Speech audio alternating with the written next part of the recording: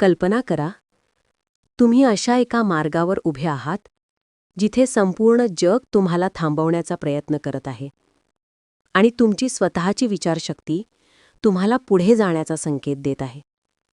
तो क्षण असा असतो जिथे माणूस हरूही शकतो आणि जिंकूही शकतो.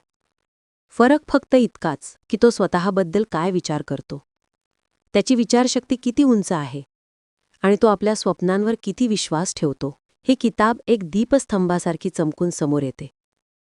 ही सांगते की विचारांमध्ये किती प्रचंड शक्ती असते आणि एका छोट्याशा आतल्या ठिणगीने माणूस किती प्रचंड उंचीवर जाऊ शकतो.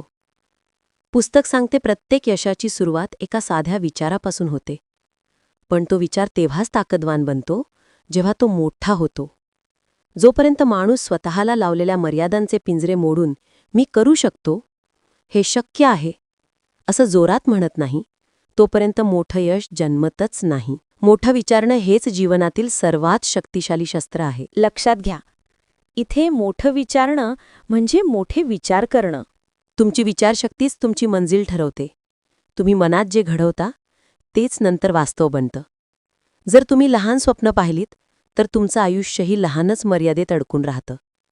पण जर तुम्ही तुमची कल्पना आकाशासारखी विस्तृत केली तर तुमचे पाऊलही आपोआप त्या उंचीच्या दिशेने चालू लागतात. मोठं विचारणं म्हणजे अशक्य वाटणाऱ्या गोष्टी शक्य करून दाखवण्याचं शास्त्र.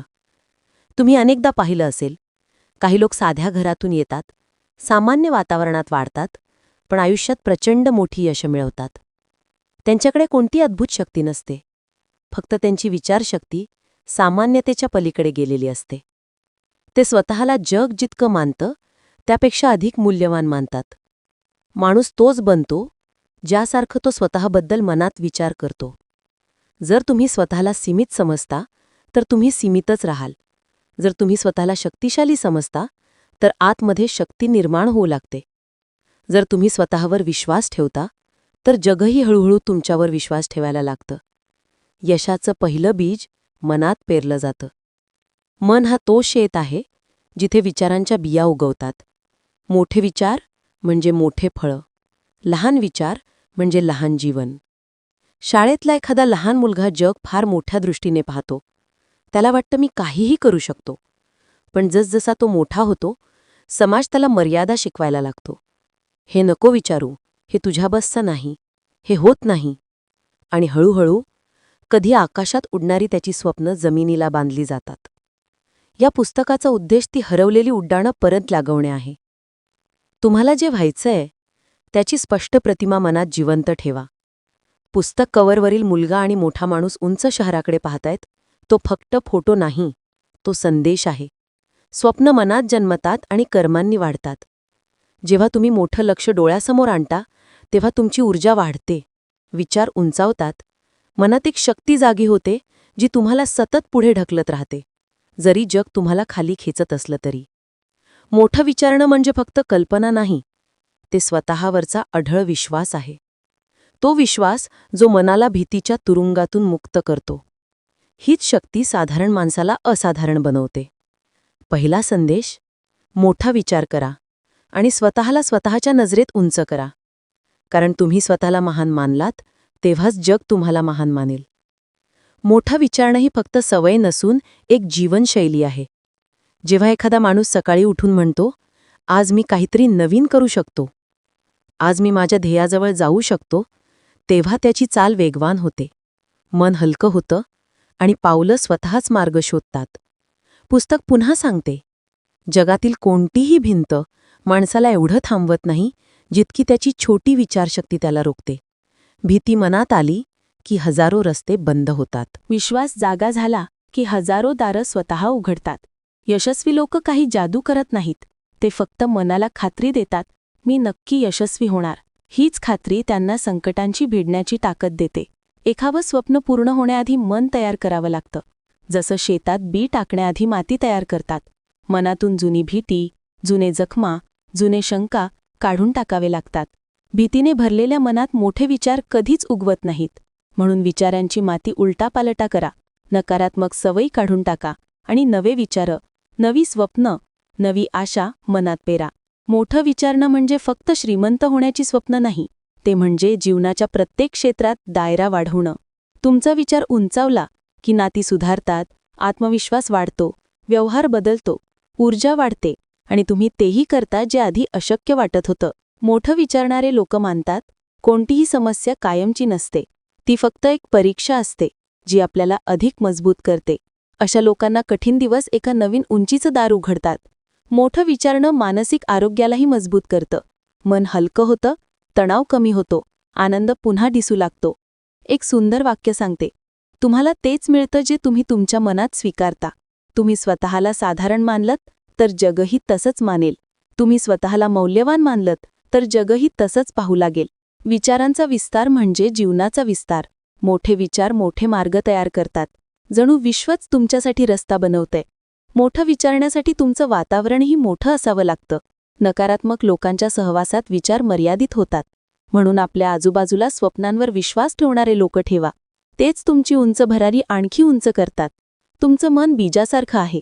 मोठं विचारणं म्हणजे त्या बीजाला सूर्यप्रकाश देणं आहे. जितका प्रकाश तितका मोठं वृक्ष. मोठं विचारणं फक्त सुरुवात आहे. असली जादू तर तेव्हा होते जेव्हा तुमचे विचार तुमच्या आत अशी आग पेटवतात जी तुम्हाला शांत बसू देत नाही. जेव्हा मनात आवाज येतो, मी करू शकतो, हे ध्येय माझ्यासाठीच आहे, रस्ता कठीण असेल पण मी तो पार करीन, मग माणूस अमर्याद ऊर्जा अनुभवतो.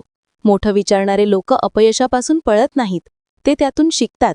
ते जाणतात, अपयश कठोर शिक्षक असतो, पण त्याच्या शिकवणी आयुष्यभर उपयोगी पडतात. तो त्याची विचारशक्ती मजबूत करू लागतो आणि एक दिवस तीच विचारशक्ती त्याला अशा ठिकाणी पोहोचवते जिथे पोहोचण्याची कल्पनाही इतर लोक करू शकत नाहीत. या पुस्तकात सांगितले आहे की मोठे विचार करणं म्हणजे मन आकाशासारखं विशाल करणं. जशी तुमची नजर जास्त उंच जाते, तसंच उंच भरारी घेण्याचं धैर्य तुमच्या मनात निर्माण होतं. जर तुमची नजर नेहमी फक्त पायांखालील जमीनच पाहत असेल, तर तुम्ही कधीच पुढे जाऊ शकत नाही. पण तुमची नजर एकदा आकाशाकडे वळली की तुमची पावलंही त्याच दिशेने चालू लागतात. पुस्तक सांगते की कोणत्याही ध्येयावर पोहोचण्यापूर्वी त्या ध्येयाची स्पष्ट प्रतिमा मनात असणे खूप गरजेचे आहे. ध्येय मनात धुसर झाले की माणूस मार्ग चुकू लागतो, पण ध्येय अगदी स्वच्छ पारदर्शक पाण्यात दिसणाऱ्या चेहऱ्यासारखे स्पष्ट असेल तर माणूस न थांबता न घाबरता सरळ त्याच दिशेने पुढे चालत राहतो. मोठं विचारणं म्हणजे मनात अशी प्रतिमा तयार करणं की ती पाहताच हृदय जोराने धडधडू लागेल, ती आठवताच शरीरात जोश उसळेल. ती प्रतिमा प्राप्त करण्यासाठी 100 अडचणी आल्या तरी पावलं थांबणार नाहीत. कारण ध्येय मनात जिवंत असलं की मार्ग आपोआप तयार होऊ लागतात. हे पुस्तक सांगते की जगात 2 प्रकारचे लोक असतात. एक ते जे म्हणतात, हे माझ्या वशचे नाही, आणि दुसरे ते जे म्हणतात, मी प्रयत्न करेन, शिकेन आणि करून दाखवीन.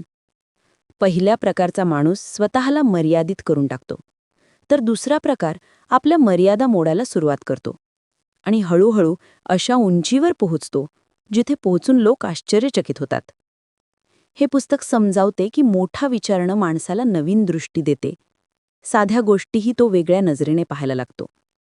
जिथे लोक समस्या पाहतात तिथे मोठं विचारणारा उपाय शोधतो. लोक जिथे अडचण पाहतात तिथे तो संधी शोधतो. लोक जिथे घाबरून मागे हटतात तिथे तो निर्धाराने पुढे जातो. मोठा विचारणा तुमच्या आतली ती शक्ती जागवतं जी वर्षानुवर्ष झोपलेली असते. ही शक्ती प्रत्येकात असते, पण लहान विचार करणारे कधी त्या शक्तीला जागच देत नाहीत. हे पुस्तक तुम्हाला स्वतःची किंमत ओळखायला शिकवतं. कारण ज्या दिवशी माणूस स्वतःची किंमत ओळखतो, त्या दिवशी जगातील कोणतीही ताकद त्याला थांबवू शकत नाही. मोठं विचारण्यासाठी आपल्या आसपासचे वातावरणही योग्य असणे गरजेचे आहे. जर तुम्ही नेहमी भीती, शंका, नकारात्मकता बोलणाऱ्या लोकांत राहिलात, तर तुमच्या मनावरही त्याचा प्रभाव पडतो. म्हणून आपल्या भोवती सकारात्मक, प्रोत्साहन देणारे, स्वप्नांना महत्त्व देणारे लोक ठेवा. कारण मन तिथेच वाढतं जिथून त्याला ऊर्जा मिळते. मोठं विचारणारे लोक नेहमी शिकत राहतात. त्यांना माहीत असतं की जीवनातील सर्वात मोठं भांडवल म्हणजे ज्ञान. जोपर्यंत माणूस शिकत असतो, तोपर्यंत त्याचे मन आणि त्याचे जीवन वाढत राहतं. भीती ही मनाची सर्वात मोठी शत्रू आहे.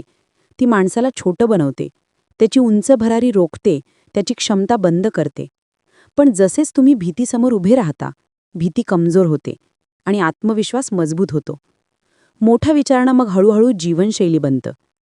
हे पुस्तक सांगते, तुमचं भविष्य कुणी दुसरा ठरवत नाही. तुमची स्वतःची विचारशक्तीच ते ठरवते. तुम्ही रोज तुमच्या ध्येयाचा विचार करत राहिलात तर तुमचा मेंदू त्या ध्येयासाठी मार्ग शोधू लागतो. मोठं विचारण्यासाठी मनाच्या सवयी बदलणे गरजेचे आहे. जुने भय, जुनी निराशा, जुन्या असफलतेच्या आठवणी मागे सोडणे म्हणजे मोठं विचारणं. मोठं विचारणं म्हणजे एका छोट्या बीजात मोठा वृक्ष लपलेला असतो तसे.